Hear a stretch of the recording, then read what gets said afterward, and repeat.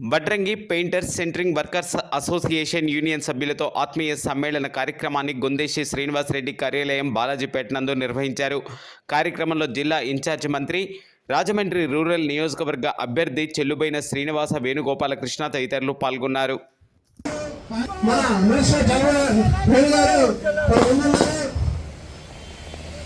చాలా మంది చెప్పారు.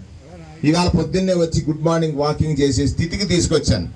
అంతే కదా, మీ దగ్గరకు వచ్చి తిరిగే స్థితికి తీసుకొచ్చారు. అదే బాబాసాహెబ్ అంబేద్కర్ ఇచ్చినటువంటి గొప్ప వరం.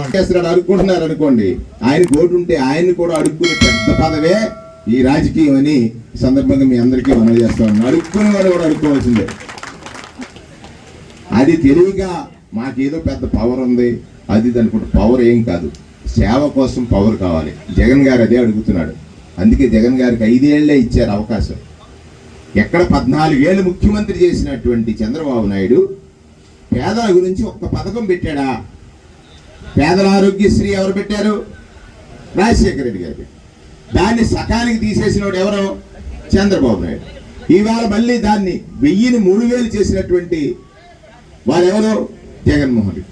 ఇది తండ్రి ఆశయం కోసం వచ్చిన పార్టీ.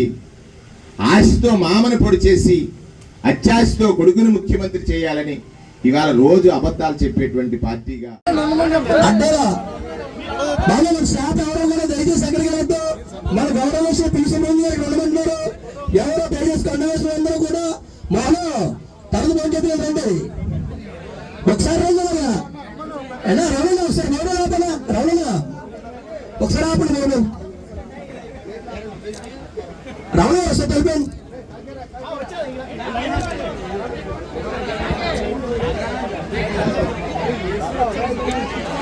అద్దం రాజు, అద్దంకి రాజేష్,